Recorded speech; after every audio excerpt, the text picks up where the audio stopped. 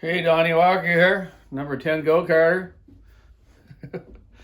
Want to show you guys on a rebuild of Tillitson carburetor, or if you want to call it, IBEA, Tillitson, Triton. Many different manufacturers have racing carburetors for your X30, your Reed-Jet engines, your Formula A motors we used to run.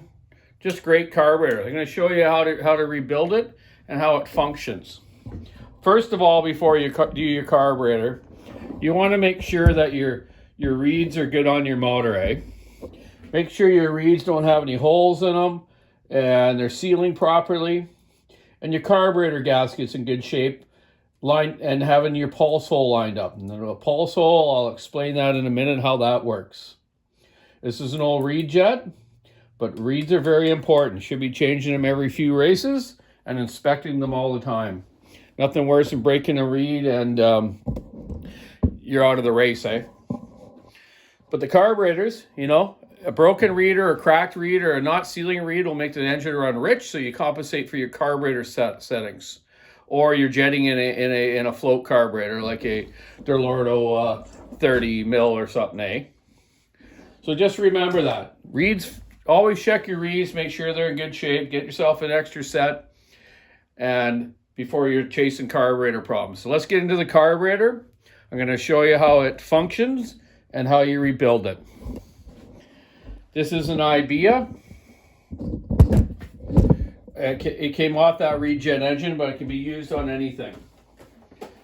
There's different bore sizes and different numbers of them. This is an L5. These are very expensive carburetors. First thing you want to do is clean your carburetor. Either you can use brake clean or solvent in a solvent tank to clean it, then blow it off with compressed air. This one's pretty clean, but I'm going to show you the operation of it. So let's start off first by just visually looking at your carburetor, making sure it's in good shape, making sure your throttle shaft isn't wore or it'll suck air through there and cause you lean out problems. And that's another thing people need to check on their engines is vacuum and pressure holding. You should pressure vac your engines to make sure you got no seals leaking or gaskets, which also people chase with carburation. So this one, the throttle shaft's in great shape. This carburetor is like brand new. Checking your butterfly here. You got a couple little screws in your butterfly on your throttle shaft. Just checking them to make sure they're tight. It's a very small little screw in there. You almost need like a watch screwdriver to check them, okay? But just be looking at stuff like that. Making sure your return spring's good so you don't have any throttle sticking on your cart. This is the pulse hole. There's your two bolt holes, and this is the pulse hole. It takes pulse from the engine through this hole to make your fuel pump diaphragm move up and down, and your fuel comes in through the strainer here, gets pumped into the carb to your metering chamber, where you meter your fuel with your adjustment needles to get the right setting. A general setting on this carburetor is around 1 turn open, or what people refer to as 60 minutes. If you think of a clock, okay? You got a clock, let's say. 12, 1, 2. So 60 minutes is obviously 1 hour. It's 1 turn open. High speed, about 1.5 turns or 90 minutes. So in 1 hour and a half and maybe a little bit. So 1.5 to 1.7 turns open from seated. And I'll go over that when we put the carburetor back together. Everyone always asks, what's the settings? Well, you got to know how to tune a carburetor, but marking it down and keeping it marked down after your race, if it ran really good and you had a good test session, mark your carburetor or simply write it down. You can take here and go, okay, that's where my low is, and that's where my high is. Tillitson offers a little gauge that goes on here with numbers to set them, which is pretty cool, but it's a bit awkward. I've just done them so many times, I just know by hand how to do it. It's really important how to know how to adjust your needles. If you're not coming out of the corner good, or it's really smoky, it's too rich on the low, so you want to turn it in just a little bit until you get good pickup. And in the top end, you don't want to over rev it, overheat your motor, so you want to be watching your exhaust temperature gauge or your head temperature gauge. If it's four-stroking down the straightaway, like running rich, I call it four-stroking, turn it in a bit till it clears out, but don't go too far and lean it out too much and to blow up your engine. This is the Venturi of the carburetor, and that's what you'll get checked in racing tech at tech after the races. I have these no-go gauges from years ago for Yamahas and Pirellas.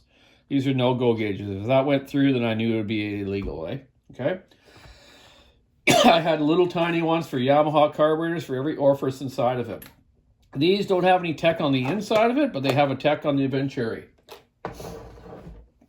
Okay, let's do the disassembly of it. Then I'll explain to you how it works and how it flows and how to set your pop-off pressure. Or pressure to even check to make sure your gaskets aren't leaking or your cover top strainer here, okay? So, have yourself a nice layout, clean rag, your tools ready to go, and whatnot. So let's get started. Let's take our strainer off first. And these are good to have a spare. You never know when you crack this by putting a line on or something hits it and cracks it and it leaks. Another lean out situation. So we get that. As you take your carburetor apart, lay out your parts nicely. So there's the top piece, your gasket, and your screen. I have these dental picks that are really good to use for carburetors, okay? My daughter works at a dentist, so I get these. If they're a little sharp or broken, then I just resharpen them up. Okay, so 1, 2, 3, 6 screws. Take your Phillips, or you could have Allen bolts. It depends what carburetor manufacturer you have. But every carburetor manufacturers of these carburetors like this all use the Tillitson base top, okay? The fuel pump system and the metering system and the needle and seat. Tillitson made the first diaphragm carburetor ever in the world. They've been around forever. They're from the U.S., from Toledo, Ohio, I believe. And I have a carburetor that's sitting behind me in an old saw that's from the early 50s. So they've been making the same system for years, and it's just a great system. That's why everyone uses this system. This kit comes with diaphragms and a needle and seat, but it's not quite the right needle and seat for an IBEA. But you can order them through, different places like Italian Motors maybe. You want a rebuild kit for an IBEA, it's number 409 on their website, or number 408 for a diaphragm kit. You can get spring sets for different pop-offs, but we're going to go over that in a minute. Let's just get this apart first, and then we're going to go over the theory of the carburetor and how it works. A fellow years ago, Anthony, from A&J Karting in Vancouver years ago, me and him went to Japan racing, and he built good motors and knew a lot about karting. He explained to me, Donny, you think about the low and high speed jet. Think about it as your sink at home, your taps. Cold, high. So then low speed, high speed. Cold, you put on, you add hot to mix it just right. It's like adjusting your jets in the carburetor. Low speed, high speed, cold, hot. Okay, get your screws out, lay them down there nice. As you take it apart, always just look for any little particles in there or anything, but you're going to clean all these pieces anyways. Okay, there's our top. That's our fuel pump plate. Okay, the fuel goes in, gets pumped in because you're a pulse of the carburetor, right? What I told you. This little fuel pump diaphragm here will move up and down and direct fuel in and then out here to that hole that's going into the metering chamber. Okay, so when these are apart, you want to clean these with brake clean and then blow them off. Okay, blow it off nice and dry. If you have a really old carburetor and it gets a bit stained, or you don't think this is going to be flat for the fuel pump little valves to seat right, just take this on some like a machinist block, some really fine emery cloth, and just work it, till you get it flat again and all the corrosion's off it. Then clean it off. Okay. So there's our strainer or our pickup. There's our fuel pump diaphragm. This one looks in good shape. I don't even have an engine to put this on, but I'm just showing you because you guys all run these carburetors. So this IBEA diaphragm is a little bit different than the Tillotson one, but it's the same shape, all the hole sizes. You can use the regular Tillotson one or go buy the more expensive IBEA one. Up to you. Make sure your gasket's in good shape. I'm not going to take this one off, but if you do take it off, you might be left with some gasket on this circuit plate, and you can just clean it off and reuse it. Okay, so let's just set that aside. And now we get to our metering system. They call it a metering system because it meters the amount of fuel to the engine. Okay, so this is your metering pump. Once your fuel comes through this hole from the fuel pump plate, comes through this hole, then as you turn the motor over, the vacuum of the motor wants to pull fuel through your idle hole here, through your little notch in your butterfly. So the vacuum is making this metering lever to press down, open your needle up to give you fuel into your diffuser jets, your low speed circuit and your high speed circuit. Okay? So now we're gonna take this metering diaphragm off. This one looks in good shape. It's moving greatly. It's not hard or anything, not ripped. So it's in good shape. We're gonna take it off and we're gonna reuse this. If I had a new kit, I'd throw a new kit in it. Yeah, doesn't really need it. Okay, so now here we go to here's our circuits, eh? There's where our fuel goes in. And then the vacuum is going to allow this, what I call a fulcrum arm or a metering arm. This will get pushed down from the depression of the diaphragm, then feed into your low speed circuit and your high speed circuit here. Then you adjust your adjusters to the amount of fuel you want through them. Okay, so there it is. This one's pretty clean, eh? Now we're going to take this apart here, and I'm just going to show you the needle and the spring here. Then I'm going to show you how to check the pop-off pressure. You could have checked it while it was still together, but I didn't. Okay, so you want to make sure you got the right size screwdriver to fit your screws right, okay? You don't want to strip the screws or lose anything. So let's take out this screw here that holds down our metering lever pin and our metering spring, okay? Alrighty. Okay, there's our lever, our pin, and our spring. Watch, those springs can fly away very easily. This spring, you know, is probably the right calibration for the carburetor, so don't just throw it away. And I'm going to explain the springs in a minute. Check out your seat here. You know, just look in there, but you know what? Let's take it out. You can replace the needle and seat in these carburetors, which are cool. Good idea to do once a season, as some different gases can swell up your seat, which is rubber, and then you won't get the right flow.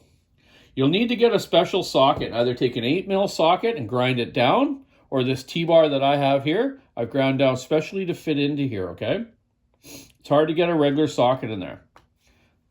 Okay, so we're going to take our seat out. There's a little copper washer under this seat, so just be careful you don't lose it. See it sitting in there? Okay, so now you can check flow between that hole and the seat.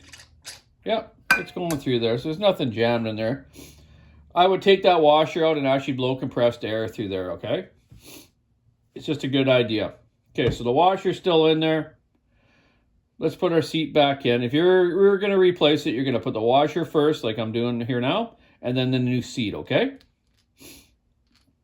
The seat's important because if it does leak, it'll run rich and flood, just like you have a broken reed. So you'll be adjusting for that to compensate for it. You don't need to do this real tight, just a good little snug, and away you go. Now, let's put our needle on our metering arm, or fulcrum arm. Let's get the spring back in its little spot here. There's a little hole here. Just set it right in there and let it sit in there. Like I say, you got to watch these. You can lose them easy. Just set it in there. It's kind of a little hard to get it balanced, but it's very important this gets in the right spot. Okay. Once that's in there, take your arm, your needle, your pin, set it down in there. Get it lined up with that little nubby on the arm, and get your pin back in the groove here. Okay. Once that's in there, get your little screw here and screw it back in to hold the arm down of the metering lever. It's just a little standard straight blade. Some people might have changed yours to put like an Allen in there, but that's the type to have. Okay, just kind of grab it, get it a little bit snug, and just move the lever up and down, making sure your spring's in the right spot there. Okay, if it's not, you're going to have problems. Okay, now give the screw a little tighten. Now you're good. Now, next adjustment on these, this lever height's important. The lever height should be flush with the inner body of the carburetor here. So just have yourself a straight edge and just put on there to make sure that it's right even. This one is right on the money. On old Yamaha Walbro carburetors, you set them differently, but this is how you do all these, okay? So that's on there. Okay, so now let's talk about pop-off pressure. A pop-off pressure is the pressure I'm going to put in the feed hole that'll blow the needle off the seat to start giving it fuel delivery. Typically, most people set these at 10 to 12 psi, okay? So let's just try this one, see where we're at. I like to put a little bit of fluid on it as if it had gas in it, okay? So I just take a little bit of spray, LPS or whatever, spray on there, okay? Now I'm going to put my carb tester on here. On that hole, I got a little rubber thing I made for it. Pump it up. Popped off at 10, holds at 7 to 8 pounds. Okay? Now, if that popped off at 12, 14, 15 pounds, let's say, what you would do is take the spring, take it back apart, take it back apart here again, and take your spring out, and you can do either a couple different things. You can have different arrangement of springs, which you can buy as well. You can buy what they call an EC 715 spring kit from Italia Motors or EC Burt down in the US that actually makes them. And it'll give you different springs for different pop-off pressure. So I have a bag here from years ago of different ones, and I have lots from different saws and stuff. They use the same carburetor on different chainsaws and all sorts of applications in the world. So you can take and put a weaker spring in there to let the pop-off pressure be lower. Or some people, and I've done this in the past years ago, is you simply take the spring. We just find one by itself here. There's a couple together here. Take the spring and you can cut off like a coil of it, okay? Just take your good spare side cutters and go, doop, there. Now you've made that spring smaller and weaker. So now you can get a lower pop-off pressure. If you wanted higher, you'd put a taller spring in or a stronger spring, or simply give it a little stretch. Not much though, just a bit, then retry it. That's how you change the pop-off pressure. You can check it when the carburetor's apart, and we're going to check it when it's together, and I'll tell you why in a minute. Okay, that's what they're talking about, pop-off pressure. So, on Amazon, you can buy these for about $37. It comes as a kit with all these different hoses, and it works just fine. I bought a few for the guys at the shop, and they work just fine for their money. You can buy the good one from, from Tillitson. What do they have? They have a pop-off gauge called EC-Pop-G, about $52 US, okay? It comes with a nice little fitting to go into your hole here to seal, like I showed you here, to sort seals, right? Or you can simply take your gauge with a small line and hold it over that hole, hold it tight, okay? Does the same thing. It's all about getting it sealed right. Okay, So now we got over pop-off pressure. Now we're going to assemble it back. Okay. So on this carburetor, you need to put the gas. You got to put it together like you took it apart. So you got to try to remember. Before we do that, though, I just missed a step. Let's take our jets right out of the carburetor. Sorry about that. You know, when you're filming live, sometimes you just don't remember every step just perfect.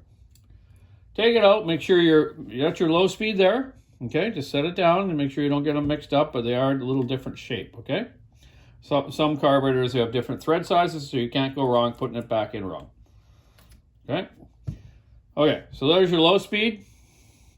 Make sure your O-ring is in good shape, and you got this little plastic washer between the spring of the needle and the O-ring. If it don't, that spring is going to wreck the O-ring. Okay? Checking your high-speed one. Looks in good shape. Now you can take brake clean, blow through that hole. That's your low speed and idle circuit. And it's your high-speed circuit. Okay, blow it out. Take the compressed air. Blow it out. Okay, now you know there's nothing in there. Reassembly. I just put a little bit of oil on this needle O-ring and the thread itself. Okay, on both of them. A little bit on that one. Now I'm going to put my low speed back in, and we're going to set it to the setting that I just told you earlier. Don't turn them in super tight, because you can wreck the seat where that needle goes in, eh? Just get it so it just touches. It should move freely. Okay. Now it's just touching. So I'm going to go half one turn. Okay? Or 60 minutes, like a clock, right? High speed, back in as well. Push it in, thread it in. Same thing. Tighten it up to just seats. Anyone can do these carburetors. You don't need to go to an engine builder to do them.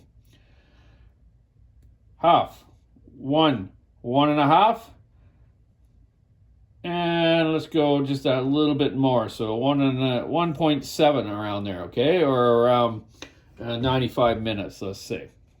Okay, those are back in. They're adjusted, but now it's up to you to tune it on the track after we get it all together here. So. Okay, on this first plate is your metering plate. But first we've got to put the gasket first. Just remember that, the sequence it goes in. Gasket first. And then that diaphragm, metering diaphragm. Now we're going to take our metering plate, which is the kind of round concave part, with your feed hole. And everything lines up on these dowels and the holes right. You can't really go wrong. If you do, then you made a mistake. Okay, so there's our fuel pump plate now on, and our gasket. Then we're going to put our fuel pump diaphragm on. It's in good shape still. This carburetor didn't get used a lot. Okay, now that's on. Now we're going to get our top plate, which is our fuel pump plate, and where the fuel strainer goes on. Get that on. Line it all up. Let's get our 6 screws back in. I learned how to adjust carburetors very early in life with McCulloch kart engines, then running Formula A direct drive motors. You really had to know how to adjust them properly, because in those days it was all air cooled, not water cooled. So you guys are lucky now with water cooling. Your engines run cooler, and you just got to dial it in right. Watch that exhaust temperature. Exhaust temperature is way more accurate than head temperature, because as different weather, your head temperature will read a little bit differently. You can do it pretty accurate, but it does change. You got to think of cold air going past that sensor compared to exhaust is always the same. Engine builders will tell you the exhaust temperature to have, or look it up and Google it. Okay, get these screws, crisscross tighten them like you're torquing a head. Not super tight, just snug. It's not a D8 cat, this is a finicky little 2-stroke. Okay, once your screws are snug, let's have a little look. Yeah, looks all good. Now, we're going to put our screen on first, cork gasket, then our cover. Okay, make sure it doesn't have any stuff in it. This one's pretty clean, but again, blow it out with compressed air, and away you go. Set it on there. Get your screw. Make sure it's sitting down in the body right, or if you tighten it and it's not, you can crack it, and then you're going to need one. So it's good to get a spare one of these. Okay. All right, just snug. Remember, you're just going on plastic. Okay, there's our carburetor back together. So we're going to recheck the pop off, and the reason I'm going to recheck it, I also want to make sure that these gaskets and this plate here isn't leaking. If it does, you're going to suck air. Same thing, lean out conditions. What happens in lean out conditions? You're buying expensive pistons. Okay, I actually like to put a little bit of fluid in here too. So I'm going to put a little more in there, just because it's like having gas in it, right? Okay, it's not going to hurt it. You can use gas in a little thing like that, or you can just use penetrating oil. Okay, so let's check our pop off again. 10.5, holding at 8. The needle's not moving anymore, so I pretty much know there's no leaks. If the needle was still moving after it pops off and holds, then you want to spray some fluid around this cover and these gaskets to make sure there's no leaks. All right? So, hey, thumbs up for karting. I'll see everyone at the next race. If anyone needs a hand, I'll give you a hand. I'm going to throw one of these kits in my toolbox, so if anyone needs help, I'll give you a hand, okay? And explain on the tuning of the carburetor. Like I say, everyone should go buy one of these gauges. If you are running this class with these carburetors, and you can't go wrong. You can use the same gauge on any two-stroke carburetor, chainsaws, lawnmowers, whatever you want. So number 10, Donny Walker out. We'll see you at the next race. Keep your saw onto it, stick in the ice, rubber on the road. Have a great day.